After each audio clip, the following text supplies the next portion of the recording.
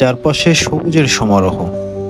নীল আকাশের নিচে যেন সবুজ গালিচা পেতে আছেন সজীব প্রকৃতি। উঁচু নিচু টিলা এবং টিলা ঘেরা সমতলে সবুজের চাষাবাদ। শুধু সবুজ আর সবুজ, মাঝে মাঝে টিলা বেষ্টিত ছোট ছোট জনপদও আছে। প্রকৃতির সকল সৌন্দর্যের সম্মিলন যেন এখানেই আছে।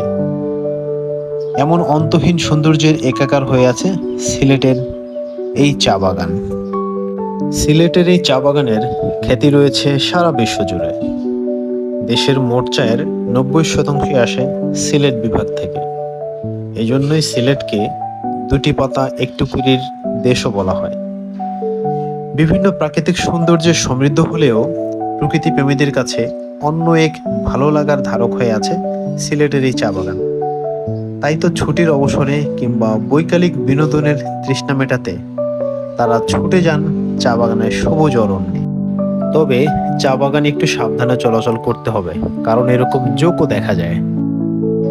হ্যাঁ বন্ধুরা, আমি এখন দাঁড়িয়ে আছি উপমহাদেশের সব থেকে বৃহৎ এবং বাংলাদেশের সব থেকে বড় চা বাগান মালনীছড়া চা বাগান, যেটি সিলেট জেলায় অবস্থিত।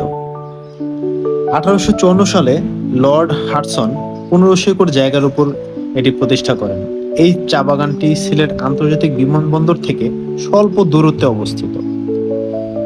1650 সালে চীনে যখন প্রথম চা উৎপাদন শুরু হয়, দেশটির বুদ্ধিজীবীদের প্রতিদিনকার জীবনের 7টি কাজের ভিতরে একটা ছিল হচ্ছে চা পান করা।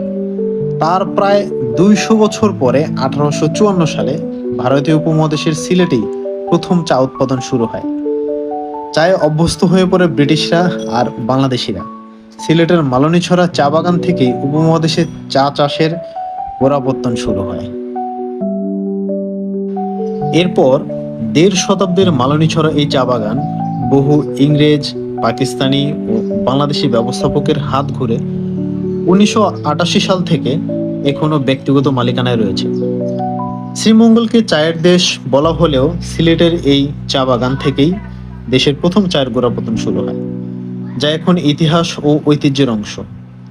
সাবেক মার্কিন রাষ্ট্রদূত কে টমাস প্লেন থেকে নেমে বাগানের রাস্তা দিয়ে যাওয়ার পথে বলেছিলেন, পৃথিবী এত সুন্দর যে মালনীছড়া চা বাগান না দেখলে তা বোঝা যাবে না। মালনীছড়া চা বাগান আমাদের ঘোরা শেষ। আমাদের এখন নেক্সট গন্তব্য হচ্ছে আমরা ভোলাগঞ্জ সাদা পাথর যাব। আপাতত চা বাগানের গন্তব্য এখানে শেষ করতেছি। তবে নেক্সট কোনোদিন যদি সুযোগ হয় তাহলে আবার আরো ভালো করে আপনাদের মাঝে দেখাবো। সামান্য একটু সময় আপনাদের মাঝে অনেক কিছু শেয়ার করলাম।